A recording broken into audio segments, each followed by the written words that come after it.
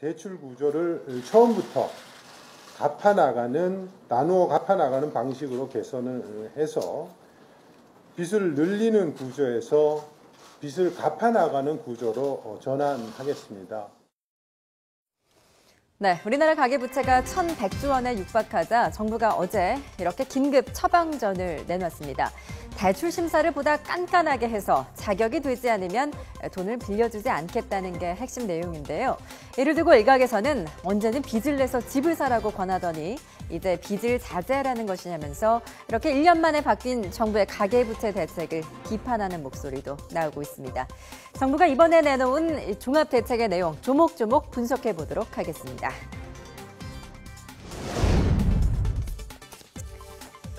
네, 먼저 신규 대출은 3년에서 5년에서 거치 기간을 지정할 수가 있었는데요. 내년부터는 1년 이내로 거치 기간이 줄어듭니다. 그러니까 원금은 그대로 두고 장기간 이자만 갚아나가는 장기 거치식 주택담보대출은 사실상 이제 받기가 어려워지는 건데요. 원금을 처음부터 갚아야 된다는 부담이 커지면 대출을 통해서 주택자금 마련하기가 그만큼 어려워지는 것이겠죠. 활기를 띠고 있는 주택거래, 다시 위축될 가능성은 없을까요? 처음부터 원금을 같이 갚게 되면 아무래도 투자성이 좀 떨어질 수 있기 때문에 투자 수요자들도 많이 줄어들 가능성이 있는데 특히 이제 고액 대출을 받아서 투자하는 재건축 상품이라던가 이번에 담보가치 평가 기준이 강화되는 토지나 상가 같은 수익형 부동산 투자도 상대적으로 좀 더 영향을 받을 수 있을 것으로 보입니다.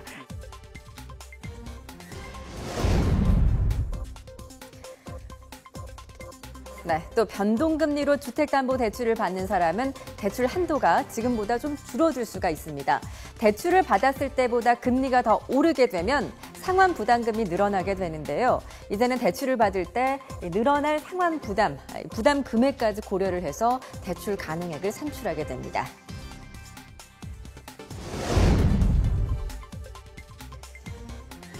대출 심사의 벽도 높아지는데요. 그동안 주택담보 중심이었다면 대출자의 상환 능력을 보다 더 꼼꼼히 보겠다는 것입니다.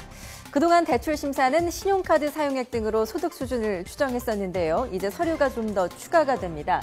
직장인의 경우에는요, 원천 징수 영수증으로 또 사업자는 소득 금액 증명원이 추가가 되는데요. 이 서류들을 통해서 대출자의 상환 능력을 좀 더 파악을 해보겠다는 것입니다. 대출 심사를 강화하겠다는 방안 자체가 틀린 것은 아니지만요. 상대적으로 불이익을 보는 사람들도 있을 텐데요. 이를테면 내 집 마련을 하려는 사회 초년병이나 자영업자들에 대한 대책 마련이 필요하다는 지적이 나옵니다. 현재 월급을 좀 적게 받는 사회 초년병이나 젊은 분들은 뭐 전셋집 찾기 어려워서 집을 사려고 해도 이제 대출 받기가 좀 더 까다로워진다는 뜻이고요. 종전에 이제 자영업을 하시는 분들은 소득 증빙 자체가 상대적으로 조금 어려우시기 때문에 다른 이런 사용 비용들로 서류 제출을 하셨었는데 그런 것들이 좀 까다로워지면서 종전보다는 대출 문턱이 좀 더 높아지십니다. 그래서 그런 분들이 종전보다 좀 꼭 필요한 대출을 쓰지 못하게 되는 경우에 대비해서 다른 대안을 열어두는 게 필요하겠죠. 네, 제1금융권뿐만 아니라 제2금융권의 부동산 담보 대출도 규제가 강화됩니다. 토지나 상가를 담보로 대출받을 수 있는 한도, 현재는 60에서 80% 정도였는데요. 이것을 50%로 내려서 대출 규모를 줄인다는 방침입니다. 그러니까 예를 들면 이전까지 1억짜리 토지와 상가를 구입할 때 최고 8천만 원까지 대출을 받을 수 있었다면 앞으로는 5천만 원 이하로 제한이 되는 것입니다. 그런데 이렇게 급증한 가계부채를 막기 위한 대책에 DTI, LTV 등 부동산 대출 규제를 강화하는 내용은 쏙 빠져 있습니다. 때문에 이번에도 근본적인 해법은 아니라는 게 바로 전문가들의 분석입니다. 정작 중요한 수저가 빠졌습니다. 수저.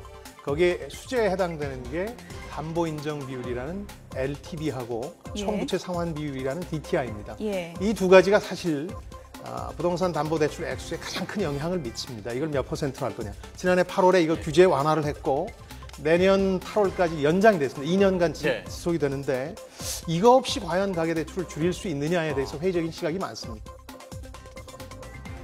네, 정부가 경기 부양을 위해서 풀어줬던 주택담보 인정 비율. LTV를 말하죠. 총부채 상환 비율, DTI 한도 관련한 정책은 손도 대지 않았다는 점이 한계로 꼽히고 있습니다. 이와 함께 저신용자나 서민층을 위한 부채 탕감, 또 채무 재조정 등 채무자 입장에서의 대책이 빠진 것도 좀 아쉬운 대목인데요. 가계부채와 관련해서 현 정부의 대책 발표만 벌써 5번째입니다. 과연 우리 경제의 뇌관으로 꼽히는 가계부채 문제, 근본적으로 해결할 수 있을지 지켜봐야겠습니다.